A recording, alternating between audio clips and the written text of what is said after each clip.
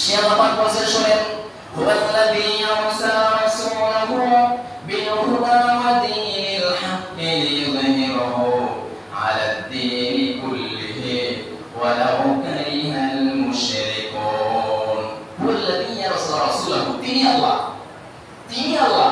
আল্লাহ বলেন যে তিনি আল্লাহ, যিনি তোমাদেরকে তার পক্ষ থেকে একটা সত্য বিধান হিসেবে তোমাদের কল্যাণের জন্য আল্লাহ পাক তোমাদের উপরে প্রেরিত করেছে।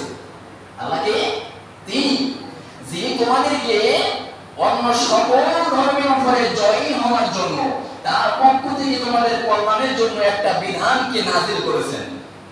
প্রিয় ভাইরা, একটা বিধান কি আমাদের মানুষের একটা মানুষের প্রাণী জগৎ দ্বারা আছে। আমরা কি শ্বাস আপ্রাণ নিতেছেন, ছাড়তেছেন, নিতেছেন, ছাড়তেছেন, আপ্রাণ করতেছেন না? এখন আপনারা আল্লাহর কাছে রাগ করেন, দৈত্যি আল্লাহ কি বলছে? শ্বাস নেব আর ছাড়বো, নেব আর ছাড়বো না।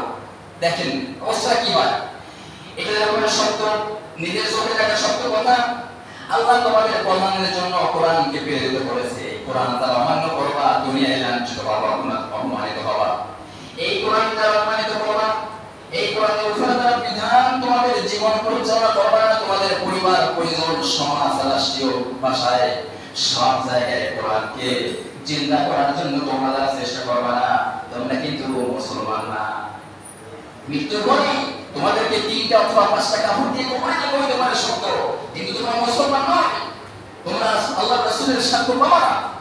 আর সে আল্লাহ রাসূল বলেছে, শোনো, কিয়ামতের দিন যখন লক্ষ কোটি মানুষ, অসংখ্য মানুষ ওই কিয়ামতের মাঠের মধ্যে হুমড়ি খাবে, আরে আমাদের কি অবস্থা হবে, কোথায় যাব?